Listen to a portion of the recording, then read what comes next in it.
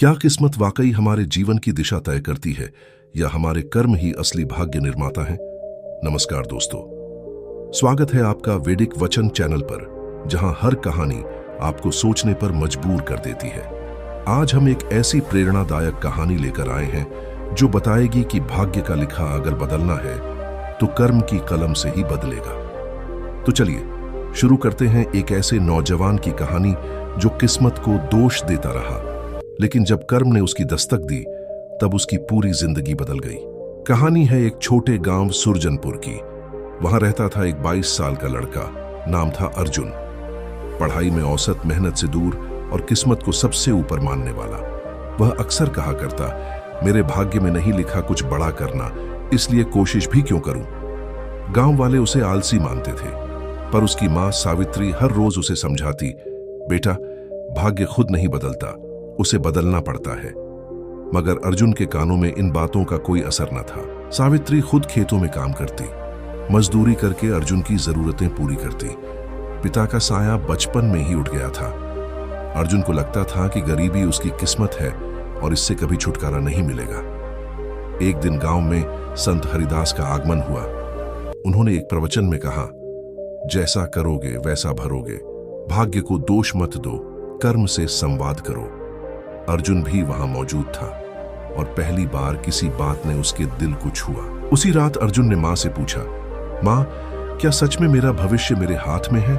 सावित्री ने प्यार से उसके सर पर हाथ फेरा और कहा, बिल्कुल बेटा, जैसे बीज बोओगे वैसा ही फल मिलेगा। अर्जुन की आंखों में पहली बार उम्मीद की चमक दिखी। अगले दिन उसने तय किया कि अब किस्मत को कोसने की बजाय वह मेहनत करेगा। मगर मेहनत की शुरुआत आसान नहीं होती और उसके लिए भी नहीं थी। अर्जुन को शुरुआत में खेती में हाथ बंटाना पड़ा। उसे कभी हल चलाना नहीं आता था, कभी बीज डालना भूल जाता। गांव के लोग उसका मजाक उड़ाते, अरे ये तो किस्मत वाला राजा अब किसान बन गया। लेकिन मां का हौसला और संत हरिदास की बातें उसके कानों में गूंजती रहती। वो रोज थोड़ा थोड़ा सीखता, गलती करता, गिरता, मगर रुकता नहीं। बाग की जमीन में झाड़ियां थीं, कांटे थे और मिट्टी सूखी थी, पर अर्जुन ने हार नहीं मानी। दिन रात खुदाई की, मिट्टी तैयार की, पौधे लगाए और खुद ही पानी का इंतजाम किया। बारिश का इंतजार किए बिना उसने कुएं से पानी खींचकर हर पौधे को सींचा। 1 साल बीत गया, पेड़ धीरे धीरे हरे होने लगे। गांव वालों की नजर अब उस वीरान बाग की हरियाली पर पड़ने लगी थी। अर्जुन ने न केवल मेहनत की, बल्कि बाग में आम, अमरूद और नींबू के नए किस्मों के पौधे भी लगाए। वह सुबह सूरज के साथ उठता और रात को थक कर चुपचाप सो जाता। उसकी मेहनत रंग लाने लगी थी। बाग में पहले फल लगे और धीरे धीरे उसकी फसल बाजार में बिकने लगी। जो लोग कभी मजाक उड़ाते थे अब उसे बधाइयां देने लगे। एक दिन गांव के प्रधान ने अर्जुन को बुलाकर कहा, बेटा तूने साबित कर दिया कि मेहनत सबसे बड़ी पूजा है। गांव के नौजवानों के लिए तू प्रेरणा बन गया है। अर्जुन के लिए यह सबसे बड़ा सम्मान था। उसे समझ आ गया था कि जिस भाग्य को वह दोष देता था वह तो उसकी खुद की ही बनाई हुई छाया थी। अब गांव के बच्चे भी अर्जुन से सीखने आने लगे। अर्जुन ने अपने बाग में एक छोटी पाठशाला भी शुरू की, जहां वह बच्चों को पेड़ पौधों, मेहनत और आत्मनिर्भरता की शिक्षा देता। उसकी मां की आंखों में गर्व के आंसू थे। अर्जुन अब केवल एक मेहनती किसान ही नहीं, बल्कि गांव का रोल मॉडल बन चुका था। वह समझ गया था कि जीवन में कुछ भी असंभव नहीं, बस नियत और मेहनत चाहिए। फिर एक दिन संत हरिदास फिर गांव आए। जब उन्होंने बाग को देखा तो मुस्कुराते हुए अर्जुन से कहा, बेटा अब तू समझ गया कि भाग्य क्या होता है। अर्जुन ने झुककर उनके चरण छुए और बोला, हाँ बाबा, अब मैं जान गया हूं कि भाग्य लिखा नहीं जाता, वह तो खुद बनाया जाता है, जैसे कारीगर अपने औजार से कृति गढ़ता है। संत मुस्कुराए और बोले, तू अब सच्चा कर्म योगी है।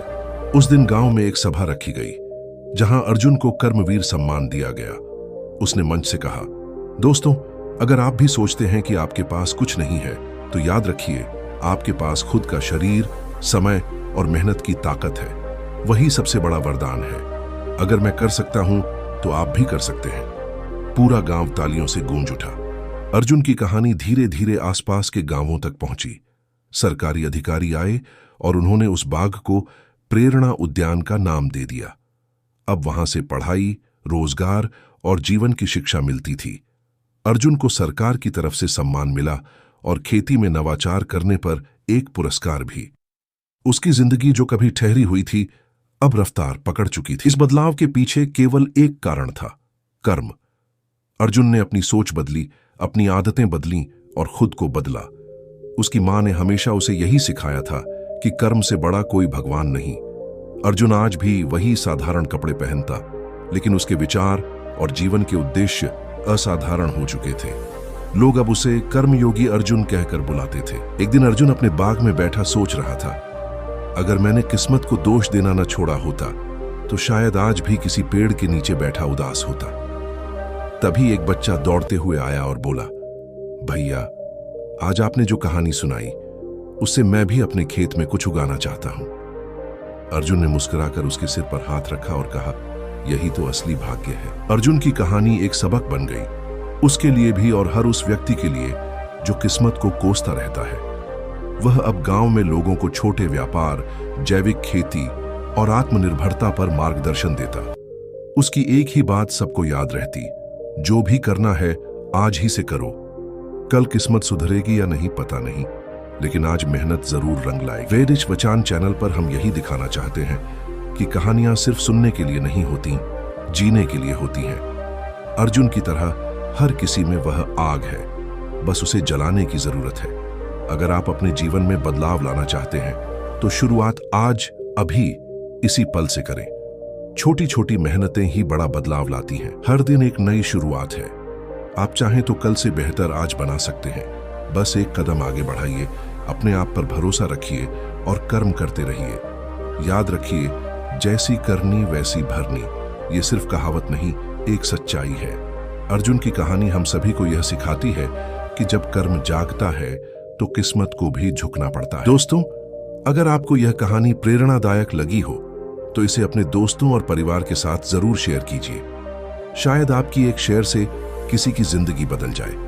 और अगर आपने अब तक वैदिक वचन चैनल को सब्सक्राइब नहीं किया है तो जरूर कीजिए, क्योंकि हम हर हफ्ते ऐसी कहानियां लेकर आते हैं जो आपको सोचने और संवरने पर मजबूर करती हैं। अंत में बस इतना कहेंगे, कर्म की राह पर चलिए, मेहनत को पूजा मानिए और विश्वास रखिए कि आप खुद अपने भाग्य के निर्माता हैं। क्योंकि जैसा बोओगे वैसा ही काटोगे, और उसी में छुपा है जीवन का सबसे बड़ा सत्य। मिलते हैं अगली कहानी में। तब तक याद रखिए, किस्मत से नहीं, कर्म से बदलता है जीवन। धन्यवाद दोस्तों।